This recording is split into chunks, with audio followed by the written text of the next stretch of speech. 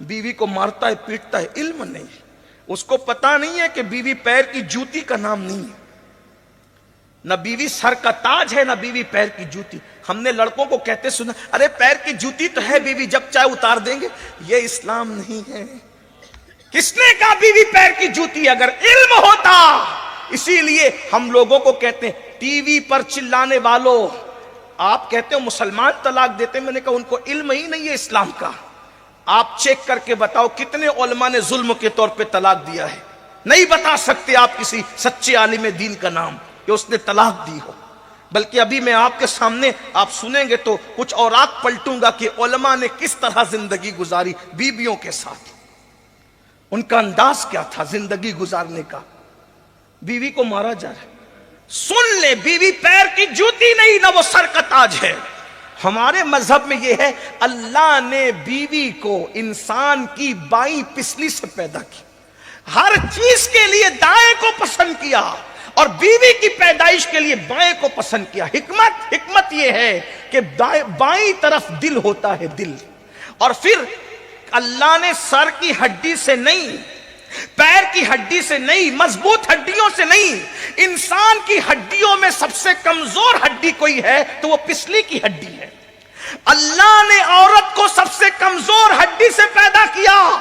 یہ پسلیاں بہت کمزور ہے، اگر ٹوٹ جائے تو جلدی جڑ بھی نہیں سکتی، اتنی کمزور ہے۔ مگر اتنی کمزور ہونے کے بعد بھی اللہ اکبر، جو پورے دل پورے جسم کا بادشاہ ہے جسے دل کہتے ہیں، دل کی حفاظت اگر کوئی کرتا ہے تو نہ ہاتھ کی ہڈیاں کرتی ہے نہ پیر کی ہڈیاں کرتی ہے، دل کی حفاظت اگر کوئی کرتا ہے تو یہی کمزور پسلیوں کی ہڈیاں کرتی ہے۔ خود تو ٹوٹ جاتی ہے مگر دل کو توڑنے نہیں۔ اسی طرح بیوی ہے، بیوی سارے دکھ جھیلتی ہے مگر شوہر پر آنچ نہیں آنے دیتی۔ قرآن نے کتنے خوبصورت لب و لہجے میں بیوی اور شوہر کا رشتہ بیان کیا۔ ہننا لباس لکم وانتم لباس لہن، شوہر بیوی کا لباس ہے اور بیوی شوہر کا لباس۔ لباس کسے کہتے ہیں؟ موسم کے ظلم سے اگر کوئی بچا رہا ہے تو لباس ہے، موسم کی تمازت سے کوئی بچا رہا ہے تو لباس ہے، کانٹوں سے اللہ اکبر اگر کوئی بچا رہا ہے تو لباس ہے، عیبوں کو کوئی چھپا رہا ہے تو لباس ہے، محفلوں میں مزین کر کے جو بتا رہا ہے لباس ہے، عزت کی منزل کو جو پہنچا رہا ہے لباس ہے۔ ارے لباس ہی تو ہے، اگر پھٹا پرانا پہن کے جاؤ تو بڑی شادیوں سے بھگا دیے جاؤ، اور اگر قیمتی پہن کے جاؤ تو عزت کے ساتھ بٹھائے جاؤ۔ لباس جتنا اچھا ہوگا عزت اتنی بڑھے گی۔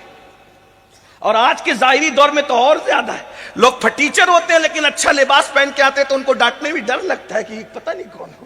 اسی لیے چور لوگ بھی اکثر قیمتی لباس میں آج پاکٹ مارنے کے لیے گھومتے تاکہ شک نہ ہو۔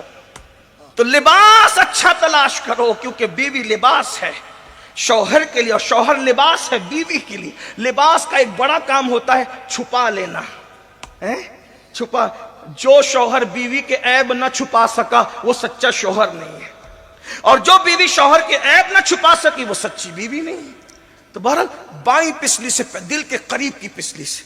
اور یہ بھی حدیث پاک ہے، جس نے کسی نے اپنی بیوی کو گالی دی، فقیہ ابو اللہ سمرقندی اپنی کتاب میں لکھ رہے ہیں، جس نے اپنی بیوی کو گالی دی پہاڑ برابر بھی اعمال لے کر کے آئے گا تو اللہ اس کو جہنم میں داخل فرمائے۔ آج تو بیوی کو گالی دینا کوئی عیب ہی نہیں، یہ ماں بہن کی تولتے رہتے ہیں۔ سرکار غریب نواز رضی اللہ تعالیٰ عنہ فرماتے ہیں، جو کسی مومن کو گالی دے مرتے وقت تو اس کی زبان پہ کلمہ نہیں آئے گا، میں اس بات سے ڈرتا ہوں۔ عام مومن کو گالی دو تو مرتے وقت کلمہ نہیں آئے، شریک حیات کو کوئی گالی دے، وجہ علم نہیں ہے۔ اللہ کے رسول نے جان کے دشمنوں کے لیے دعائے ضرر نہیں فرمائی۔ دعائے ضرر کا مطلب سمجھتے ہیں؟ ہلاکت کی دعا۔ میں بد دعا نہیں کہہ رہا ہوں، میں بد دعا نہیں، ہمارا مسلک سراپا ادب ہے، ہم نبی کے لیے بد دعا کے الفاظ نہیں کہتے، اور یہ فکر ہمیں امام اہل سنت نے عطا فرمائی۔ ہم فکر رضا کے وارث ہیں، فکر رضا ہماری محافظ ہے، اس لیے ہم بہت تول کر بولنا چاہتے ہیں اور دعا کرتے ہیں کہ اللہ ہماری زبانوں کی حفاظت فرمائے۔ ہاں ہاں، اور یاد رکھیے، ہم جب بھی منبر پر آتے ہیں تو کوئی ضروری نہیں ہے کہ ہر کہنے والے کی بات کی ہم تصدیق کریں. ہماری تصدیق ہر منبر پر اسی بات کی ہے جو شریعت مطہرہ کی حدوں میں ہے، اور جو شریعت کی حد میں بات نہیں کہی گئی ہم اس سے بیزار. کہیں کسی منبر پر اگر شریعت کی حد سے بات باہر ہوئی ہم اس کے معید نہیں ہیں، نہ ہم اس کے ذمہ دار ہیں. یہ بات یاد رکھنا. دعائیں ضرر نہیں فرمائی جسے لوگ بد دعا کہتے ہیں. ہم نبی کے لیے کسی چیز کو بد نہیں کہتے. بات سمجھ میں آتی؟ اس لیے کہ ان کی کوئی چیز بد ہے ہی نہیں. وہاں بد کی گنجائش ہی نہیں ہے. وہاں تو سب حسن ہی حسن ہے.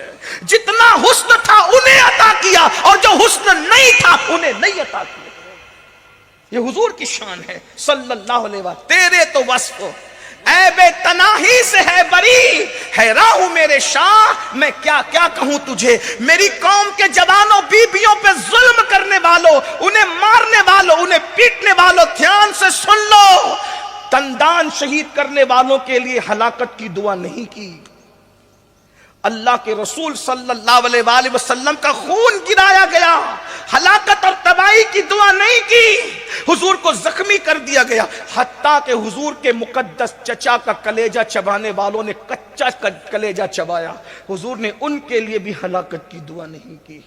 حضور علیہ السلام نے سگے چچا کے قاتل کے لیے بھی ہلاکت کی دعا نہیں کی. لیکن ایک خاتون آ کر کے عرض کرتی آقا میرا شوہر مجھے مارتا ہے، تو میں اس سے میرا نام لے کے کہنا کہ اب وہ نہ مارا کرے. شوہر سے کہا، حضور نے کہا نہیں مارنا، پھر مارا. پھر آگے کہتے حضور اس نے پھر مارا. اپنی چادر دی، یہ میری چادر ثبوت کے طور پہ لے جا کہنا. حضور نے منع کیا مت مارنا، تو اس نے چادر دیکھ کے بھی پھر مارا. اس کا نام حارث تھا. ہاتھ اٹھایا اور دعا کی اللہ حارث کو ہلاک کر دے، حارث کو برباد کر دے، حارث کو تباہ کر دے. محدثین کہتے ہیں یہ صرف حارث کے لیے ہلاکت کی دعا نہیں ہو رہی ہے، ہر اس کمبخت کے لیے ہلاکت کی دعا ہو رہی ہے جو اپنی بیوی پہ ظلم کرتا ہے. اگر آج ہمارے گھر میں برکت نہیں ہے تو اس کی ایک وجہ بیوی پہ ظلم بھی ہے.